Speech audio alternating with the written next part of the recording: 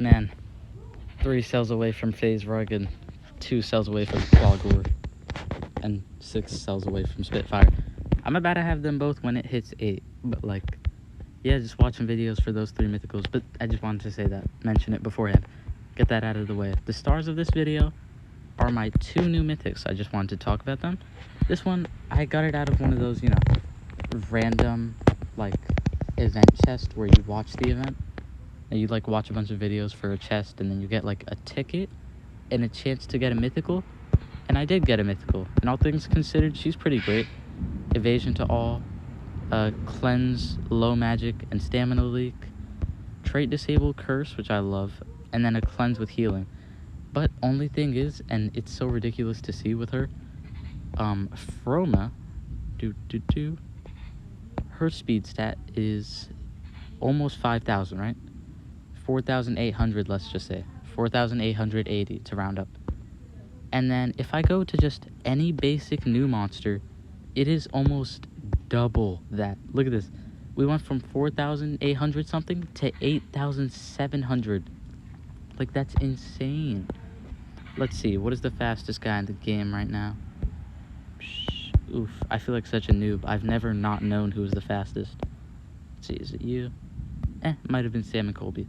Anyways, she's pretty decent, but just so slow that I don't know if I'll ever actually get any use out of her. But, big guy in this video, ravenbot. PvP monster and a pretty great guy. But, a question I see everywhere, and I mean everywhere I went, at least before hatching him, was, is ravenbot good? Which, of course, it's a question that's subjective, and you always kind of have an idea if a monster is good based on their PvP usage, but, that doesn't tell all. And from what I think, let me see, time stop, time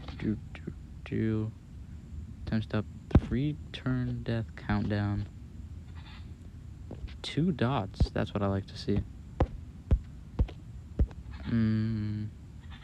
Load.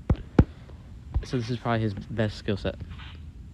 So let me just do this part first before I get into the meat and potatoes, I guess you could say.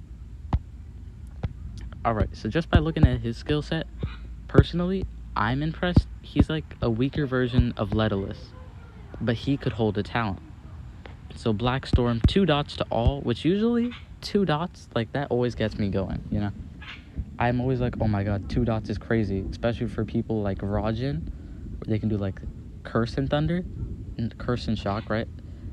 Sadly, this is a lot weaker, 2 of the weakest dots possible, Shock and Nightmares, but at least it blocks extra turns and such. And this one drains a bit of stamina, which could be useful if, they lose some stamina while they're denied.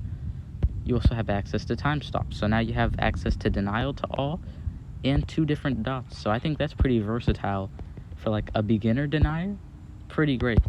But then I go here, these 2, and I see Cursed Countdown, one of the hardest things to counter, like, early game, because you usually don't have a guy who can cleanse, which basically, when applied, it'll kill the enemy. Once the countdown is over, it can come in. 3 is the most common, 2 is like, it's rarer, but I know Calamity Abyss had it, and then I don't know if I've ever seen 1. I think Metalhead had 1 turn till death, but still. Honestly, in my opinion, he's a pretty great denier. I really like to see it. I think he's better than, like, don't crucify me for this. For now, I think he's better than Teddy Bomb in my situation, because he can do more than just a random dot to all, and then just a stun. So, let's see. Got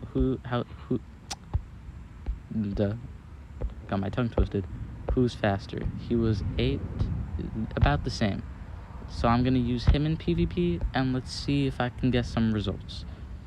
Personally, I think if you're a beginner, ravenbot is, like,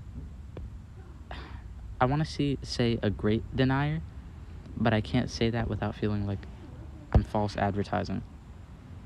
Honestly, he gets the job done. And honestly, it impresses me. He's a PvP denier, You don't expect much out of them. Even though this guy was a pretty great PvP denier. Sitting right there and I'm talking bad about him. But look, you see, I can just hit them with 2 dots or I can hit them with death countdown. I think my better shot is to do this. Look, doesn't land on him, but 2 dots landed on that guy. So now I can give him vulnerable. And who knows, that might just end up killing him. Hopes for that are actually low, but still. Now I do that. Now time over. Deny you. And he dies to the dot. Gets back to my turn. I won't reapply that death countdown. Boom. 1 turn till death. And let's see.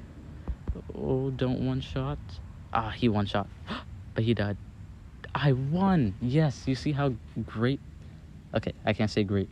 How good that death countdown is? Because, like, if you can't cleanse, if your team just consists of, like, a denier, an attacker, and another attacker, or even someone like a death countdown guy, with no megaton and no cleanse, you're pretty, like, down. And honestly, you can see me using it here. Like, he's got a lot of use. He's got a lot of charm, in my opinion. You know, he can time stop. Oh, I actually really like his design too, but I've lost here. He can time stop instead of, like, stun. Stun, there's a lot of stun immunity, but there's literally no monster with time stop immunity, unless you have immune to control. He can give you 2 dots. Granted, they're both weak, and granted, they're both the elements of this monster right here. But still, I think they're pretty good. And death countdown, as always, like, if you can slap it on 3 guys and just outlast them, which, with people like Seashell Guard, who I regret not getting, or a denier, like a secondary one, like maybe Torvax and him on the same team, which, don't get mad at me, like Monster Legends competitive wiki for repeatedly suggesting F-tier monsters, but still. Like, I don't know. Right now, I'm trying to give insight on what can work in the early game, because that is literally where I am right now. And I see that a lot of things work, kind of like in the same way where some people were surprised. And when I say some people, I mean, what's his name? I'm so sorry for forgetting. Armor Gaming was surprised that, like, Dark Voltaic could work in the meta, even though it's pretty well known, especially by the pros and cons list, that, like, whenever someone has extra turns, they're like, oh, he's anticipation bait. But honestly, I think he's pretty good. I think if you have him and you're like a noob and you're wondering if he's any good, like, use him. He's definitely worth getting. Don't worry, he won't stay on my team, but for now, I think he's the best pick. I'll just replace you for Teddy Bomb. And yeah. So that's about it for this video. Hope you enjoyed. If you did, leave a like to support the videos, support my channel, support me in the algorithm, because it's a losing battle right now. And we have just reached 81 subscribers. Gotta re-say that last word. Subscribers.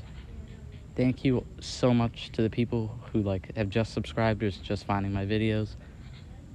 Subscribe to join the Crab Army. Like, I'm realizing that we're coming up on 100 subscribers, which is pretty crazy, you know. As I said in my 50 subscriber special, never thought I'd get past 20.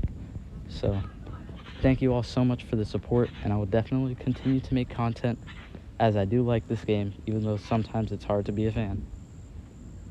And yeah, leave a comment. I would love to hear your thoughts, your views, you know. And that's about it for this video. Hope you enjoyed. Your favorite Omni-Crab, signing out.